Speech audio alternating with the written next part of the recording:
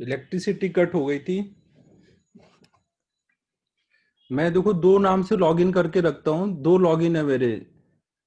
एक फोन से लॉगिन रहता है, उसमें लाइट जाने पे भी डिस्कनेक्ट नहीं होता ना।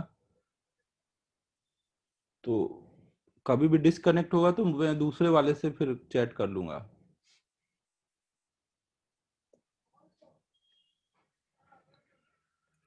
तो अब तो सब उड़ गया जो लिखा हुआ था।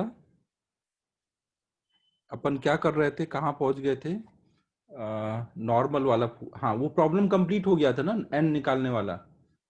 N equal to M G plus M A आया था ना, सबने नोट कर लिया था। ग्राउंड से भी सॉल्व कर लिया था, और उसको लिफ्ट के फ्रेम ऑफ रेफरेंस से भी सॉल्व कर लिया था।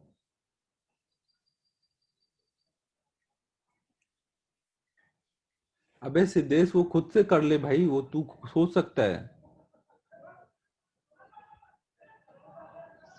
ग्राउंड का मैं लिख देता हूँ, 2 मिनट लगेगा। ग्राउंड में हमने ये देखा था कि ये सब तो अब खुद से कर लेना चाहिए भाई। ग्राउंड हमारा फ्रेम ऑफ रेफरेंस है।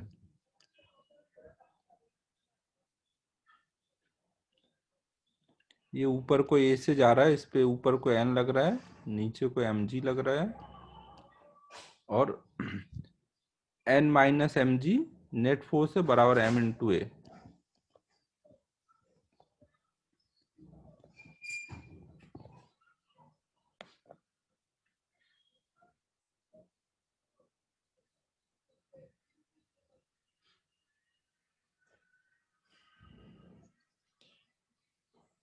ठीक है, तो अब सबको क्लियर है ना कि सीडो फोर्स लगाना होगा।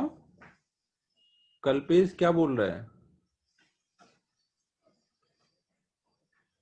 सर वो ब्लॉक के ऊपर क्या लिखा है? ब्लॉक के ऊपर एन लिखा है। और क्या लिखेंगे भाई, एन निकाल रहे हैं, एन ही होगा ना, इतना तो समझ ले ना। कभी भी हम आपको ऐसे दे दें कि भाई कोई एक मास है, मान लो 2 kg का, कोई ऑब्जर्वर है, उसका एक्सलरेशन दिया हुआ है कुछ भी 3 i cap plus 4 j cap. आपको पूछा जाए फाइंड सीडो फोर्स, तो आप क्या करोगे?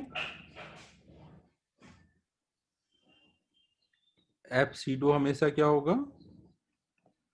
वेक्टर फॉर्म में हम कैसे लिखेंगे? Mass of object into acceleration of observer, और आगे माइनस साइन लगा देंगे ना, आगे माइनस साइन। तो ये कितना हो जाएगा? माइनस में 2 into 3 i cap plus 4 j cap. तो ये आ जाएगा माइनस में 6 i cap minus 8 j cap. ये हमने वेक्टर फॉर्म में लिखा।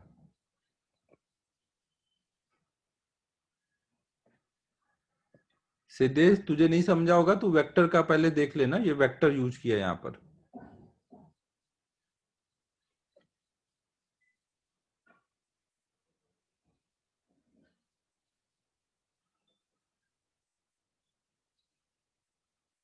ये नोट कर ले बस। जब वेक्टर पड़ेगा तो तुझे लगेगा ये तो कुछ था ही नहीं, सिंपल सी बात है एकदम।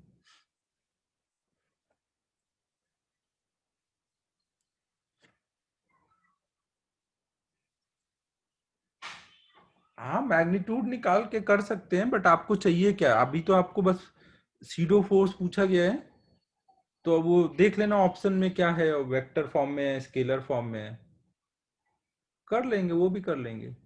जरूरत के हिसाब से हमें मैग्नीट्यूड निकालना है, डायरेक्शन चाहिए, जैसा जरूरत हो वैसे कर लेंगे ना। ये डायरेक्शन के साथ बताया हुआ है ना। मैग्नीट्यूड निकालना होगा तो इसका मॉड ले लेंगे।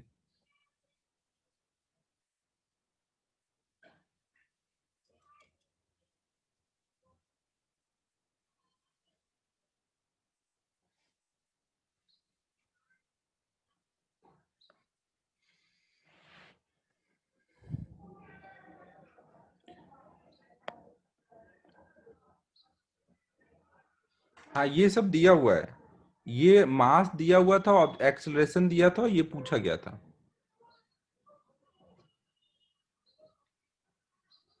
एम और ए दिया है, और एफ ऑफ जीरो पूछा है।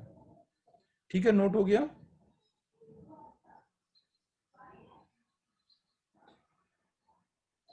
माइनस एम नहीं लिया है भाई, ये माइनस अलग से लगाया है डायरेक्शन के लिए।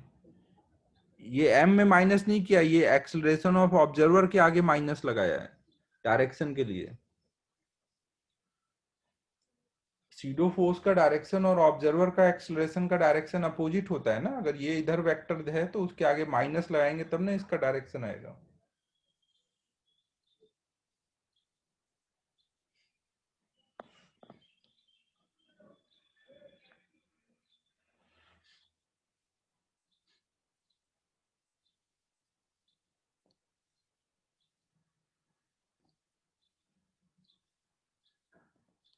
अब नेक्स्ट देखो, हम लोग एक प्रॉब्लम कर रहे हैं जिसमें एक अपने पास फरारी कार है, ये आगे को जा रहा है ए एक्सेलरेशन से, और इसमें एक हमने पार्टिकल को स्ट्रिंग से सस्पेंड किया।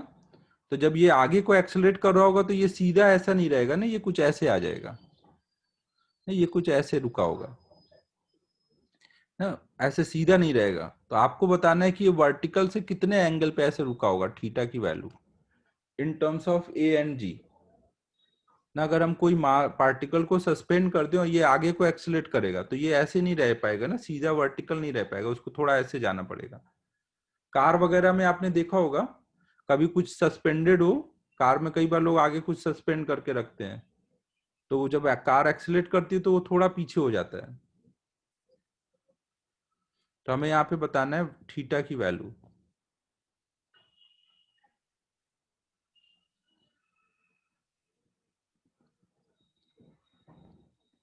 जिनको क्वेश्चन समझ नहीं आया उनके लिए क्वेश्चन लिख दे रहा हूं।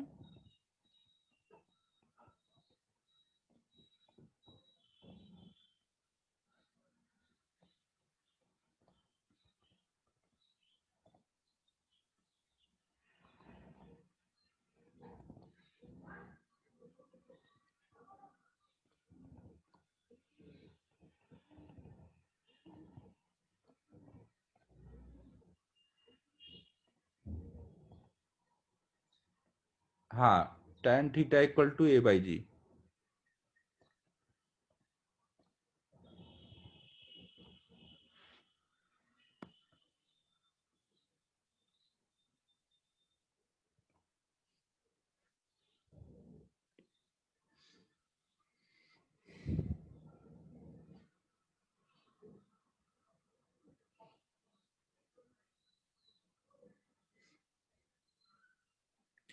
जहां पे भी हम लोग देखो, हमेशा ध्यान रखो जो भी प्रॉब्लम है आप उसको ग्राउंड के फ्रेम से भी कर सकते हो और नॉन इनर्शियल फ्रेम से भी कर सकते हो ना, दोनों तरफ से वो सही रहता है।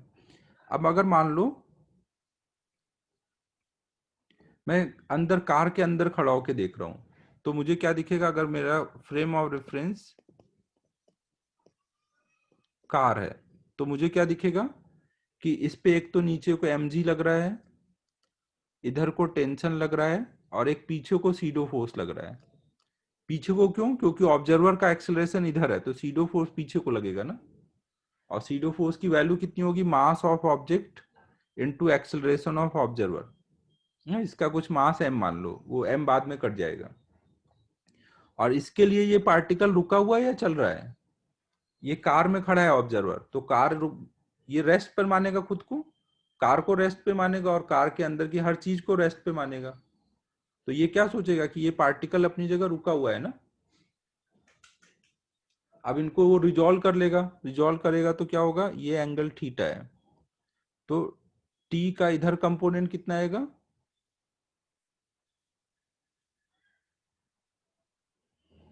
अबे ये वर्टिकल लाइन है ना, ऑल्टरनेट एंगल है, सेम ही तो आएगा। T cos theta. आज श्रेयस क्या कर रहा है, बहुत मचा रहा है तू आज। इधर आएगा टी साइन थीटा। अगर ये एंगल थीटा है, यहाँ वर्टिकल लाइन ड्रॉ करूंगा तो ऑल्टरनेट एंगल थीटा ही आएगा ना।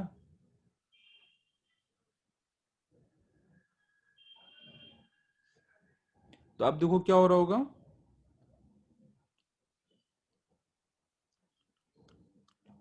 रिजॉल्व करना सबको क्लियर है ना, यहाँ पे क्या क्या हुआ है? कार के फ्रेम से ये ऐसे था, ये एंगल हमने थीटा ले लिया है, इधर को टी लग रहा था, इधर को एम ए लग रहा था, नीचे को एम जी लग रहा था।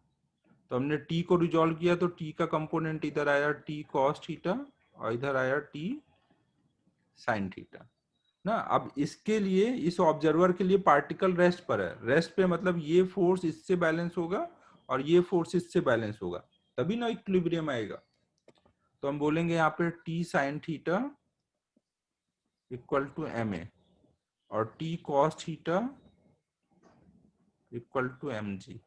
दोनों डिवाइड कर देंगे तो tan थीटा इक्वल टू आ जाएगा